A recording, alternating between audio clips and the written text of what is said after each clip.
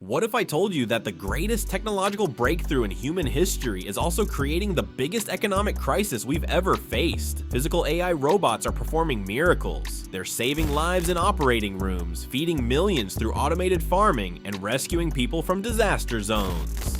But while we celebrate these achievements, something darker is happening beneath the surface. 300 million jobs will vanish by 2030. The middle class is disappearing, and we're building an economic system that might collapse under its own efficiency. This is the story nobody wants to tell you. The robot revolution isn't coming, it's already here, and we have maybe 5 years to figure out what happens next. Chapter 1. The robot revolution is here right now. As you're watching this, robots are performing brain surgery in Tokyo. They're harvesting crops that will feed 1 million people. They're walking into burning buildings to save lives. Physical AI isn't coming, it's already here, and it's solving problems humanity has struggled with for centuries. But there's something nobody's talking about. What happens to us? Chapter 2. The miracles. How physical AI is saving the world. Let me show you something incredible. This is the Da Vinci surgical robot. In 2024, it performed over 2 million procedures with 99.2% success rates. It can see inside your body in 3D, never gets tired, and its hands never shake. Dr. Sarah Chen from Johns Hopkins says this technology is saving lives that would have been lost 10 years ago. We're catching cancers at stage 1 that used to be death sentences. In California's Central Valley, autonomous robots from a company called FarmNG can harvest 40 acres per day, work that used to take 20 humans a week. They use 30% less water, reduce pesticide use by 50%, and they're helping solve the global food crisis. After the earthquakes in Turkey and Syria, robots from Boston Dynamics crawled through collapsed buildings, finding survivors that human rescue teams couldn't reach. Manufacturing robots building cars with 0 defects, AI systems designing new antibiotics, robots cleaning our oceans, maintaining our power grids, building our infrastructure.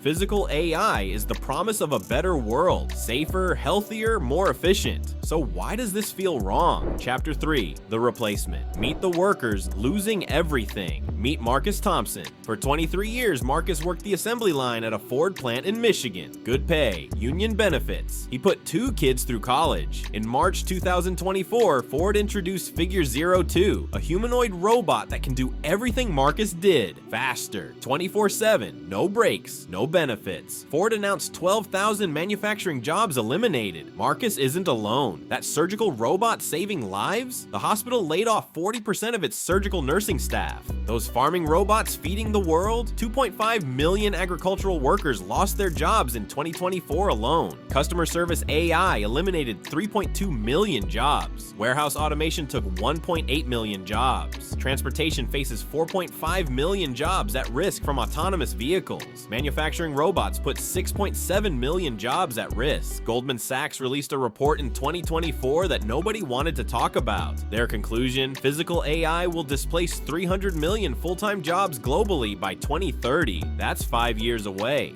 Chapter 4. The AI paradox. Who buys when nobody works? But here's where it gets really interesting. And by interesting, I mean terrifying. Companies automate to save money, right? Robots don't need salaries. But those salaries weren't just going to workers. They were going into the economy. Marcus spent his paycheck at the grocery store, on his mortgage, at restaurants, on his kids' education. That money circulated. It kept other people employed. Now multiply that by 300 million jobs. If robots make everything but nobody has money to buy anything, who's gonna buy what the robots make? Economists call this the demand collapse scenario. I call it the AI paradox. We're building a world of perfect efficiency that only works if people have money to participate in it.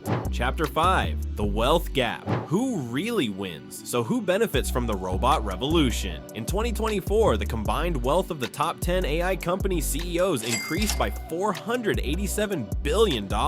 In the same year, applications for unemployment benefits hit levels not seen since the 2008 financial crisis. Here's the thing about physical AI. It's different from every other technological revolution in human history. When factories mechanized, workers moved to new jobs. When computers arrived, new industries emerged. But physical AI isn't creating new job categories. It's doing the jobs we already have, better, cheaper, faster. And it's not just blue-collar work anymore. AI is writing legal briefs, designing buildings, diagnosing patients, teaching children. The college degree isn't protection. The professional certification isn't a shield. If you can describe your job as a series of steps, a robot can learn to do it.